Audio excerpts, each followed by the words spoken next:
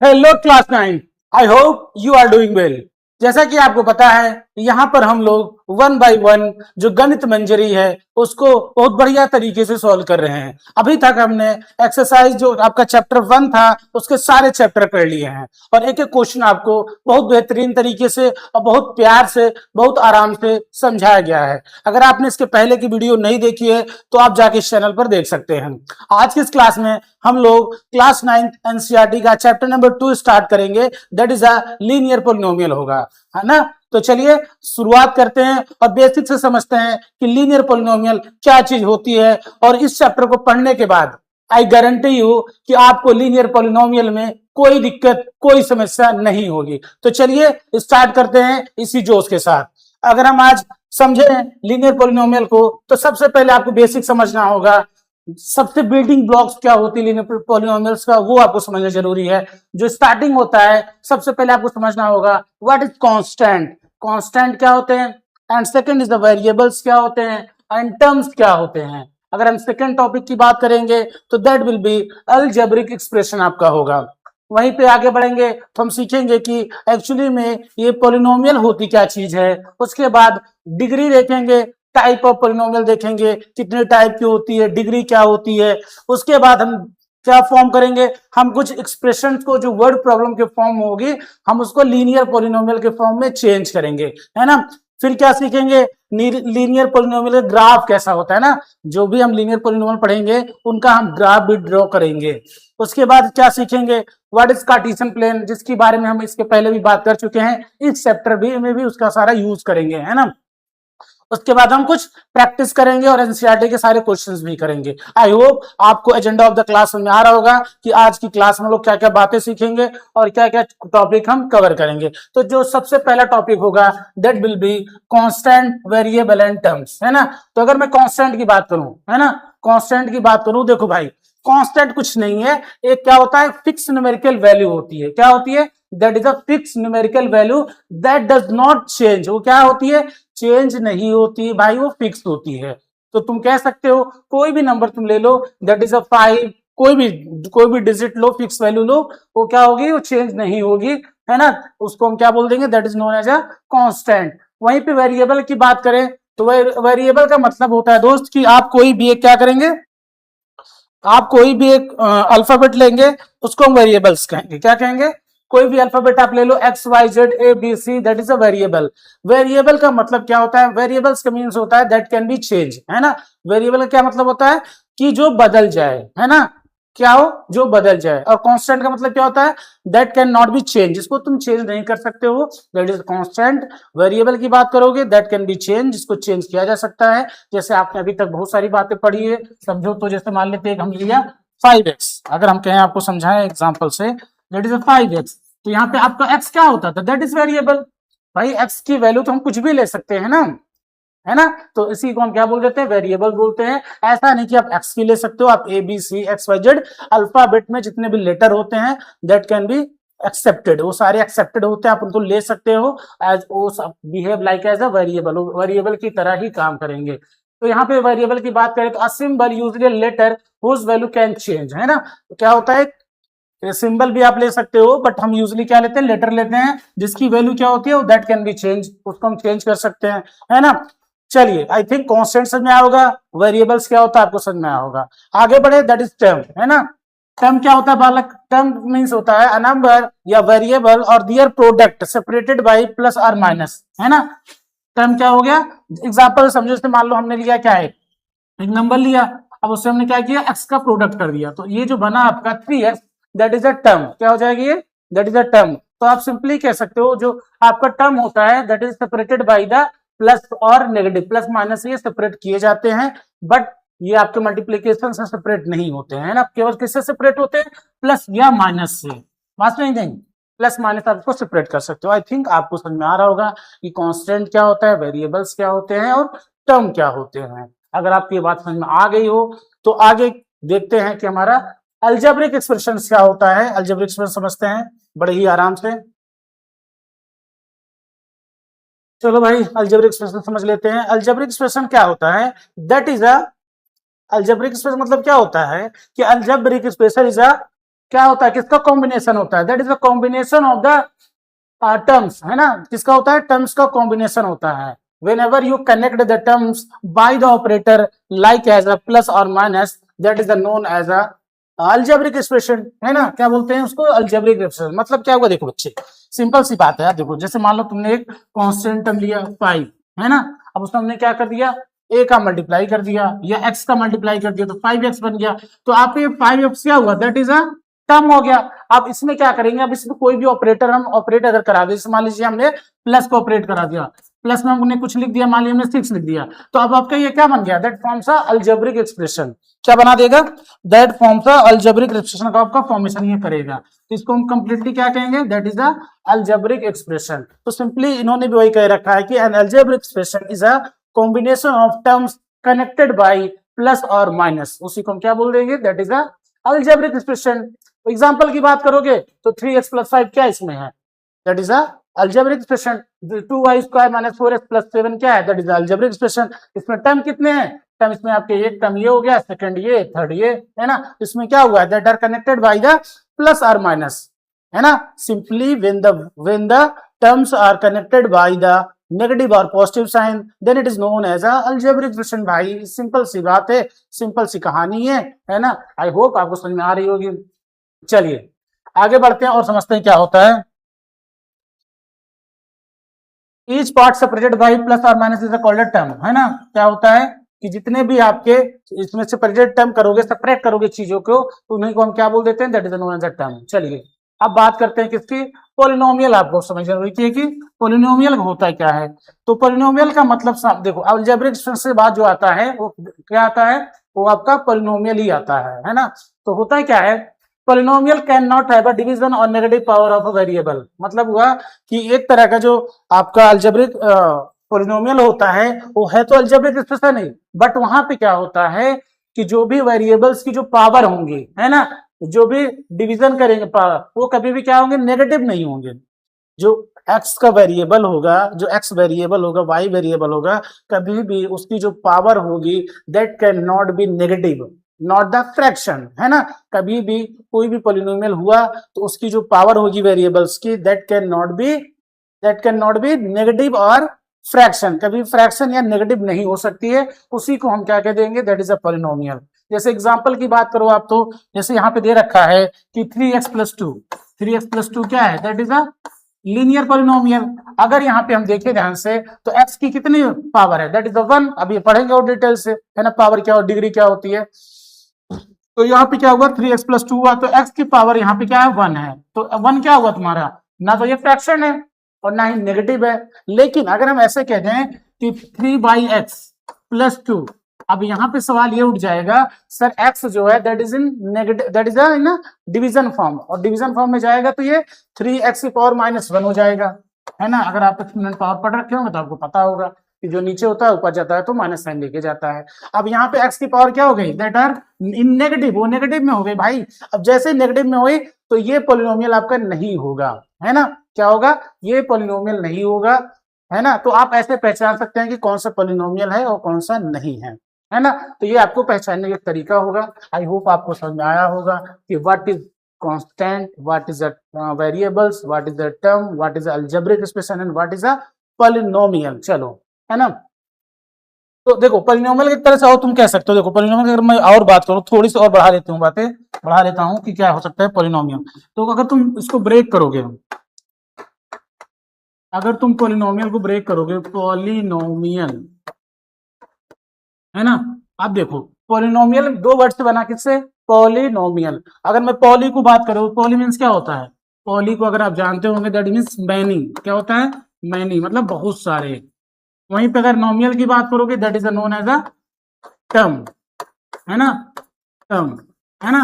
ये हो गया टर्म। तो जहां पे बहुत सारे टर्म होते हैं, है ना, जहां पे बहुत सारे टर्म होंगे that is known as a polynomial, उसको हम सिंपली पॉलिनोमियल कह देंगे। पहचानना कैसे है कि सर ऐसा है कि अगर कोई भी एक पॉलिनोमियल लिखी हुई है तो अगर वो पॉलिनोमियल होगी तो उसकी जो डिग्री होगी, जो भी वेरिएबल की डिग्री होगी, पावर होगी, that can not be negative और फ्रैक्शन। वो नेगेटिव और फ्रैक्शन नहीं हो सकती। अगर नहीं है, अगर वो क्या है, एक्स के वेरिएबल के साथ कंबाइंड है, एक्स 3x+2 जैसे मान लेते हैं, तो that is a linear polynomial.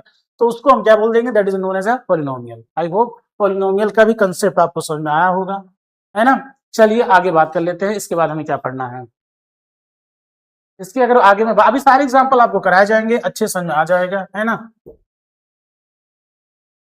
अगला एग्जाम्पल लेते हैं। अगला एग्जाम्पल हमारा क्या है, यही पे आपको बात हो रही है। देखिए यहाँ पे भी आपको समझाया गया है, उसी बातों की गई जैसे हम आपको पोलिनोमियल बता रहे थे कि a polynomial is an algebraic expression in which all powers of the variables are whole numbers. क्या होती हैं पोलिनोमियल्स में, जो सभी नंबर्स होंगी दैट आर होल नंबर्स। क्या होती हैं, that are the whole numbers होती हैं। जैसे आपके यहाँ पे दे रखा है 3x+5, क्या है यहाँ पे, होल नंबर आपकी है ना। यहाँ पे 3x+5 क्या है आपकी, 3x+5 एक्स की पावर क्या है, यहाँ वेरिएबल है, दैट इज +1, तो आपकी ये होल नंबर है। वहीं पे दूसरा एग्जांपल 2x² - 3x+7 आपको दे रखा है, यहाँ भी पावर कितनी है, 2 है, that is the whole number. तो यहाँ भी होल नंबर में होगा, यहाँ पे x की बात करोगे तो 1 है। तो जहां भी पोलिनोमियल अगर वेरिएबल की आपकी होल नंबर्स होंगे that is known as a polynomial. बस इतनी सी बात याद रखना भाई, इससे ज्यादा तुम्हें दिमाग नहीं लगाना है। नहीं कौन सा पोलिनोमियल होती है, जैसे आपको ये दे रखा है 3/x+2 दे रखा है, तो यहाँ पे x डिवाइड में चला गया है, that is not the whole number, that is a fraction, that's why it is not the polynomial, यहाँ पे लिखा गया है। वहीं पे x की पावर -2 की बात करोगे, that is also not the polynomial because the variable contain the negative power. ये रूट x की बात करोगे तो ये भी रूट x लिखा है, रूट x+3 लिखा है, तो यहाँ x की पावर कितने हो गए। रूट का मतलब ही क्या होता है, रूट का मतलब होता है, देखो जिनको नहीं पता है, रूट का मतलब होता है, रूट का मतलब जैसे x लिखा है तो इसकी पावर 1/2 होती है। रूट मतलब क्या होती है, पावर में 1/2, है ना। तो यहाँ भी x की पावर क्या हो रही है, that is a fraction, that's why it is not a polynomial, है ना। 2 की पावर x है ना, +1 है, 1/x+1 है ना। डिनोमिनेटर में सारे सारे वेरिएबल्स आपके हैं, तो इन सब बातों को आपको याद रखना है। जहां भी x आपका डिनोमिनेटर में होगा, पावर नेगेटिव होगी, वो सभी क्या होंगे, these are not the polynomial, वो पोलिनोमियल नहीं होंगे। सिंपल सी बात है, इतना ही आपको पोलिनोमियल के बारे में भी समझना है, इतना ही आपके एक्सरसाइज में भी दे रखा है, और डिटेल में हम क्लास 10th में पढ़ते हैं। तो चलिए अब देख लेते हैं कि पोलिनोमियल एक्चुअली में कितने टाइप को हम डिवाइड कर सकते हैं, है ना। इसके टाइप्स भी देख लेते हैं क्योंकि वो भी जरूरी है। डिग्री ऑफ पोलिनोमियल उसके पहले देख लेते हैं। तो डिग्री ऑफ पोलिनोमियल क्या होता है भाई, है ना। डिग्री ऑफ पोलिनोमियल का मतलब क्या होता है, तो डिग्री का मतलब देखो सिंपल सी होती है कि the polynomial that contains the highest power of the variable. मतलब वेरिएबल की जो मैक्सिमम पावर होगी, वेरिएबल्स की जो मैक्सिमम पावर होगी, that is known as the degree. उसी को हम क्या बोलते हैं, that is known as a degree. जैसे आपको 3x+5 दे रखा है, तो यहाँ पे x की पावर कितनी है, x की पावर है आपकी 1, तो डिग्री कितनी हो गई, 1 हो गई। यहाँ पे देखोगे 5x की पावर 4 प्लस 3x² - 2 है, यहाँ पे x की पावर मैक्सिमम कितनी है, दैट इज 4, तो डिग्री इज द 4, है ना। और यहाँ पे क्या दे रखा है 2x² - 3x+7, तो यहाँ पे डिग्री कितनी हो जाएगी, आंख बंद करके बताओगे, दैट इज 2, क्वाड्रेटिक है, पावर 2 है, दैट्स बाय 2। यहाँ पे क्या है 7 है, कांस्टेंट है, डिग्री है ही नहीं, कोई पावर ही नहीं है, तो डिग्री क्या हो गई आपकी 0 हो गई। इसी को हम क्या बोल देते हैं, that is known as a constant polynomial. जब कोई नंबर लिखा होता है that is known as a constant polynomial. वो भी एक नंबर्स अगर अकेले लिखा है तो वो भी एक टाइप की पोलिनोमियल है, उसका नाम क्या होता है, that is known as a constant polynomial, है ना। आई होप समझ में आ रहा होगा आपको। यहाँ पे बात करें तो x की पावर 3 आपको दिख रहा होगा, -2x² + 4x - 1 है, तो मैक्सिमम डिग्री कितनी है, दैट इज मैक्सिमम पावर कितनी है, दैट इज 3, तो उसको हम 3 बोल देंगे। इस तरह की पोलिनोमियल को भी बताएंगे टाइप में कि क्यूबिक होती है ना। यहाँ पे डिग्री कितनी है, x की पावर 5 - 2x³ + x है, यहाँ पे डिग्री कितनी है, दैट इज आल्सो 5, है ना। तो ये सारी डिग्री का कंसेप्ट अब आपको डाउट नहीं होना चाहिए, है ना। फिर से बता देते हैं, देख भाई सिंपल सी बात है, प्यारी सी छोटी सी बात है कि अगर जो भी पोलिनोमियल आपकी लिखी गई है, जो भी वेरिएबल होगा उसकी जो मैक्सिमम पावर होगी, है ना, उसकी जो मैक्सिमम पावर होगी that is known as a degree. As it is as simple, इतना सी सिंपल सी कहानी है कि जो वेरिएबल होगा उसकी जो मैक्सिमम पावर होगी that is known as a degree, है ना। आई होप ये बात समझ में आई होगी। आगे बढ़ते हैं, बहुत सारे क्वेश्चंस करेंगे, सारी बातें आपको खुल के चली आएंगी, है ना। टाइप्स ऑफ पोलिनोमियल्स की बात कर लेते हैं। What is the types of polynomial. अगर हम टाइप्स ऑफ पोलिनोमियल की बात करेंगे तो इसको दो टाइप्स हम क्लासिफाई कर सकते हैं। First on the degree base पे कर सकते हैं, second on the number of terms के बेस पे कर सकते हैं, है ना।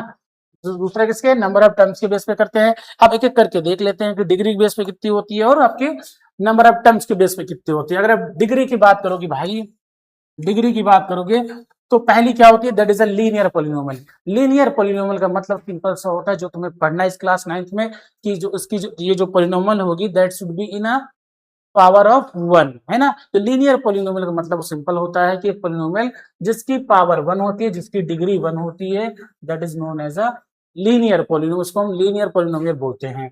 क्वाड्रेटिक की बात करोगे, सेकंड कौन सी होती है polynomial, that is a quadratic. इसमें क्या होता है, इसकी जो पावर होती है दैट इज अ 2 होती है। जैसे example x square minus 5x plus 6 आपको गिवन है ना। क्यूबिक पॉलिनोमियल क्या होती है, that is known as a, इसकी डिग्री क्या होती है, दैट इज द डिग्री 3, है ना। क्यूबिक पॉलिनोमियल मतलब इसकी डिग्री कितनी होती है, that is a 3। By quadratic होती है, दैट इज अ डिग्री 4, है ना। बाई क्वाड्रेटिक क्या होती है, इसकी डिग्री क्या होती है, 4 होती है। एग्जांपल एक्स की power 4 plus 3x square minus 2 यहाँ पे आपको गिवन है। आई होप कोई दिक्कत परेशानी नहीं होनी चाहिए, क्योंकि सिंपल सी बात है, डिग्री के बेस पे हमने पढ़ा, that is one linear polynomial, second is a quadratic, third is a cubic and fourth one is a by quadratic. Linear का मतलब क्या होता है कि इसकी जो वेरिएबल्स की जो पावर होगी दैट शुड बी 1। वहीं पे अगर क्वाड्रेटिक की बात करेंगे तो वेरिएबल्स की जो पावर होगी that should be 2। Quadratic cubic की बात करें तो जो भी उसकी वेरिएबल्स होगा उसकी जो पावर मैक्सिमम होगी दैट शुड बी 3 होनी चाहिए। बाई क्वाड्रेटिक की बात करेंगे सिंपली, तो जो भी वेरिएबल होगा उसकी जो मैक्सिमम पावर होगी दैट शुड बी 4, वो 4 होगी आपकी। आई होप क्लियर होगा कि इसमें कोई ऐसी बात नहीं है, ठीक है। चलिए अब देख लेते हैं by the number of terms की बात करेंगे कि पोलिनोमियल को हम टर्म के बेस पे कितने टाइप के डिवाइड कर सकते हैं। तो पहला जो होता है that is a monomial. Monomial means होता है कि जिसके पास एक टर्म होगा। तो यहाँ पे 5x स्क्वायर दे रखा है, कितने टर्म है भाई, ये सेपरेटेड बाई सिंगल, मतलब इसमें कोई प्लस माइनस तो है नहीं, एक ही है, तो that is known as a monomial, है ना। सेकंड बात करेंगे तो बाइनोमियल किसको बोलते हैं, जिसके पास दो टर्म होता है। जैसे कोई भी नंबर लिख दो, 2x प्लस 7 लिख दो, 2x प्लस 8 लिख दो, या फिर 3x प्लस 7 है, इसके पास दो टर्म है, क्यों, क्योंकि बीच में एक प्लस आ गया है ना। एक आपका 2x हो जाएगा, सेकंड आपका 8 हो जाएगा। बात समझ आ रही है ना, कोई दिक्कत नहीं। चलो वहीं पे अगर हम ट्राइनोमियल की बात करेंगे तो सिंपल सी बात है भाई, जिसके पास तीन टर्म होंगे, है ना, जिसके पास तीन टर्म होंगे that is known as a trinomial. आगे बढ़ते हैं, पोलिनोमियल मींस क्या होता है, 4 प्लस टर्म, है ना, या उसके 4 के आगे जो टर्म बनने लगेंगे that is known as a polynomial. मतलब उसके बाद जो भी आएंगे, बहुत सारे नंबर्स आएंगे, तो हम सबको गिनते तो नहीं रहेंगे, तो हम उसको क्या बोल देते हैं, that is known as a polynomial, है ना। तो आपने क्या सीखा बालक, आपने ये सीखा डिग्री ऑफ जो पोलिनोमियल होता है that can be divided into two parts. First on the basis of the degree and second is the on the basis of number of terms. अगर फर्स्ट अगर डिग्री के हिसाब से बात करेंगे तो डिग्री के हिसाब से आप कौन कौन सा कर सकते हो divide. First one is the linear polynomial, उसकी डिग्री कितनी होगी, 1 होगी। वहीं पे सेकंड क्या होता है, that is the quadratic polynomial, degree कितनी होती है, 2 होती है। थर्ड की बात कर लेते हैं, that is a cubic polynomial, degree कितनी होती है, 3 होती है। फोर्थ क्या होता है, that is a by quadratic, degree कितनी होती है, 4 होती है। नंबर ऑफ टर्म्स की बात करोगे तो दैट इज अ मोनोमियल होता है, मतलब नंबर ऑफ टर्म्स एक उसमें है। वहीं पे बाइनोमियल की बात करेंगे that contains the number of terms 2, उसके पास कितने नंबर ऑफ टर्म्स होते हैं, 2 होते हैं। वहीं अगर नंबर ऑफ टर्म्स 3 होंगे that is known as a trinomial. उसके बाद आपका फिर आपका पोलिनोमियल स्टार्ट होने लगता है 4 के बाद, है ना, तो उसको हम फिर पोलिनोमियल ही सबको बोलने लगते हैं। आई होप आपको टाइप ऑफ पोलिनोमियल भी समझ में आया होगा, इसमें भी आपको कोई दिक्कत और परेशानी नहीं होनी चाहिए, है ना। चलिए आगे बढ़ते हैं, आप क्लास में शानदार तरीके से पढ़ते रहिए, मौज से पढ़ो, मौज से, क्या होती है, मौज से। देखो अगर तुम्हें कोई अलजेब्रिक एक्सप्रेशन बनानी हो, है ना, कैसे बनाओगे, जैसे एग्जांपल लेते हैं, cost of X notebook at 25 rupees is. मान लेते हैं कि एक्स नोटबुक है, एक्स क्या है, एक्स की एक्स कॉपी आपको लेनी है, नोटबुक लेनी है, और हर नोटबुक की जो प्राइस है दैट इज 25 रुपीज। तो आपको एक्स की निकालनी पड़ेगी, एक्स नोटबुक की कितनी होनी चाहिए, तो आप क्या करोगे भाई, सिंपल से एग्जांपल लो, आपको मान लेते हैं कि 1 kg पोटैटो की जो प्राइस है दैट इज 10 रुपीज, मान लेते हैं 10 रुपीज है। तो आपसे पूछा जाए कि 5 kg कितनी होगी, तो आप सिंपली क्या करोगे, दैट शुड बी मल्टीप्लाइड, उसको हम क्या करेंगे, मल्टीप्लाई हमको करना पड़ेगा। तो हम क्या करेंगे, उसको मल्टीप्लाई कर देंगे। तो यहाँ भी वही काम किया जा रहा है, आपको कह रहा है कि एक नोटबुक की प्राइस आपको 25 रुपए दे रखा है, तो आपको एक्स नोटबुक की प्राइस बताना है। तो आप सिंपली क्या करेंगे, दैट इज 25x। अब आपका ये क्या बन गया, दैट फॉर्म्स अ पोलिनोमियल। अब क्या क्या बन गया, दैट फॉर्म अ पोलिनोमियल बन जाएगा। वहीं पे सेकंड की बात करें, कह रहा है cost of X shirt is 800 and Y trouser is 1200। तो आप क्या करोगे, इनको क्या करोगे, आपको टोटल कॉस्ट निकालनी होगी, तो आप इनको क्या करेंगे, मल्टीप्लाई करके प्लस कर देंगे। It also forms the polynomial, ये भी क्या बना रहा है, लीनियर पोलिनोमियल बना रहा है, ठीक है। अब दूसरा एग्जांपल ले लेते हैं, mother's age is 4 times son's age. यहाँ पे क्या हो रहा है कि जो मदर्स की एज है वो क्या है, सन की एज की 4 टाइम्स है। तो अब हम भाई क्या करेंगे इसमें, भाई हमको सन की एज तो पता नहीं है, तो हम क्या करेंगे, सन की एज को x मान लेंगे और माता जी की एज क्या कर लेंगे, उसमें 4 का मल्टीप्लाई कर देंगे, तो दैट बिकम्स 4x, वही आपको दिया है। तो this is also forms the polynomial. ये सब क्या बना रहे हैं, पॉलिनोमियल तो बना रहे हैं, है ना। एक तरह से अलजेब्रिक एक्सप्रेशन का बेसिक है, तो एक बनाते जा रहे हैं नंबर ऑफ टर्म्स बेसिस पे। ये भी आपका 4x है, ये भी आपका 5 है ना। Total 5 notes of 10 and 3 rupees multiply करके निकाल लिए इसने, है ना। तो आप ये कर सकते हो, ये सारे अलजेब्रिक एक्सप्रेशन फॉर्म कर रहे हैं और कहीं ना कहीं ये आपका पॉलिनोमियल का भी फॉर्मेशन हो रहा है सीधे तरीके से। सिंपल सी बात यही आपकी है। आई होप समझ आ रहा होगा कि एक तरह से ये अलजेब्रिक एक्सप्रेशन तो बना रहे हैं, है ना, लेकिन एक टाइप का पॉलिनोमियल भी बनता आपके यहाँ से होता जा रहा है। आई थिंक आपको बेसिक समझ आ रहा होगा। तो अभी तक हमने क्या क्या बातें सीखी, अभी तक हमने इसमें सीखा कि आपका क्या क्या चीजें होती हैं। पहला हमने सीखा कि क्या कांस्टेंट क्या होते हैं, है ना, वेरिएबल्स क्या होते हैं, टर्म क्या हो सकते हैं आपके, है ना। और क्या हमने सीखा टाइप ऑफ पॉलिनोमियल क्या होती हैं, है ना। On the basis of degree हमने सीखा, on the basis of terms हमने सीख लिया, पॉलिनोमियल होता है क्या, अलजेब्रिक एक्सप्रेशंस क्या होते हैं, ये सारी बातें हमने सीख लिया है। आई होप आपको ये समझ में आ रहा होगा। बेसिक सी बातें थी, हमने सारी बातें कर ली है। अभी हम एनसीईआरटी के सारे क्वेश्चन भी आपको यहीं पे कराएंगे, है ना। चलिए आगे बढ़ते हैं, आगे देख लेते हैं क्या क्या दे रखा है।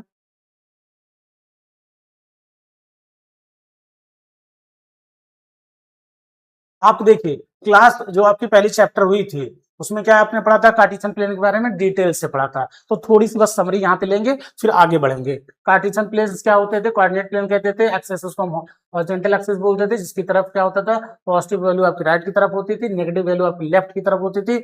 वाई एक्सेस क्या होता है, वर्टिकल एक्सेस को बोलते थे, पॉजिटिव वैल्यू आपको अपवर्ड साइड में होती थी, जो नेगेटिव वैल्यू होती that is in downward side, है ना। तो आप ये सब पढ़े हो। आई होप आप उसमें ओरिजिन क्या होता था, कोई भी कोऑर्डिनेट प्लेन होता था उसका जो point of intersection of the horizontal vertical lines that is known as origin, आप उसको बोलते थे, है ना। कोऑर्डिनेट्स क्या होते थे, any point is written as x y form, कोई भी चीज को अगर आप एक्स वाई फॉर्म में लिख रहे थे that is known as coordinates, को कोऑर्डिनेट्स बोलते थे। तो इसके बारे में हमने डिटेल से पढ़ी है, इसकी बहुत सारी बातें नहीं करेंगे। अब आपको हम ले चलते हैं एनसीईआरटी क्वेश्चंस की तरफ, जिसको आपको करके समझना है कि किस तरह के क्वेश्चन आपके एनसीईआरटी में दे रखे हैं, है ना। तो ये था आपका थ्योरी पार्ट। अब हम क्या करेंगे, अब हम चलेंगे क्वेश्चन की तरफ और समझेंगे कि क्वेश्चन हमको किस तरह एनसीईआरटी पहली एक्सरसाइज में दे रखा है। चलिए, तो आपको जो क्वेश्चंस करने हैं, आपको जो एनसीईआरटी का एक्सरसाइज 2.1 होगा, अब आप बड़े इजी तरीके से, बड़े ही प्यार से, बड़े ही आराम से आप कर सकते हो। पहला ही क्वेश्चन आपसे पूछ रहा है, find the degree of the polynomial. आपसे पूछ रहा है कि इन सारी जो पॉलिनोमियल लिखी गई है इनकी आपको डिग्री बताना है। भाई साहब डिग्री क्या होगी इनकी, तो पहला क्या है, यहाँ पे आपको डिग्री बताया गया, ये पावर में है ना, 2x² - 5x + 3 आपका है। तो आप अब चिल्ला के बताओगे सर यहाँ पे डिग्री क्या होती है, जो भी पॉलिनोमियल लिखा हुआ होगा उसकी जो मैक्सिमम पावर होगी, है ना। तो क्या हो जाएगा, यहाँ पे मैक्सिमम पावर इसकी 2 हो जाएगी, तो डिग्री इसकी कितनी हो गई, डिग्री इसकी 2 हो गई, है ना। तो पहला आंसर आपका आ गया।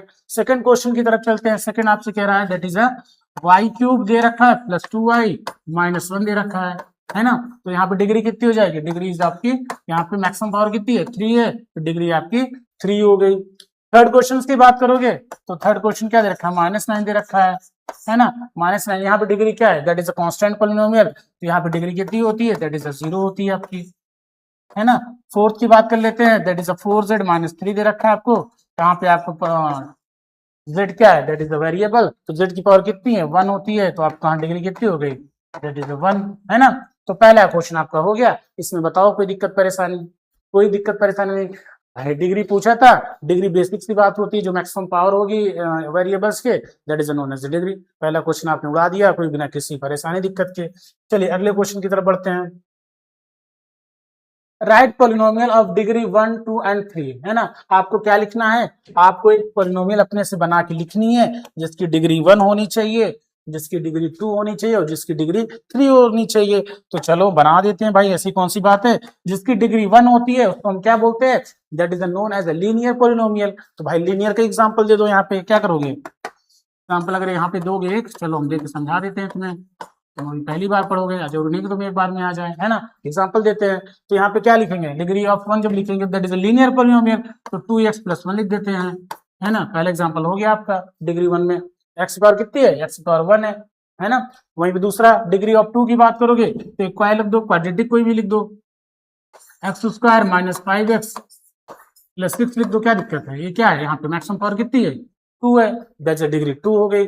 3 की बात करोगे कोई भी एक क्यूबिक पॉलिनोमियल लिख दो, क्यूबिक लिखो जरा, तो x³ minus 4x x² plus 5x plus 2, या फिर क्या हो गया, that is a cubic polynomial. तो आपने सारे एग्जांपल दे दिया, ये पहला हो गया, ये दूसरा हो गया, ये तीसरा हो गया, 3 डिग्री का हमने एग्जांपल दे दिया।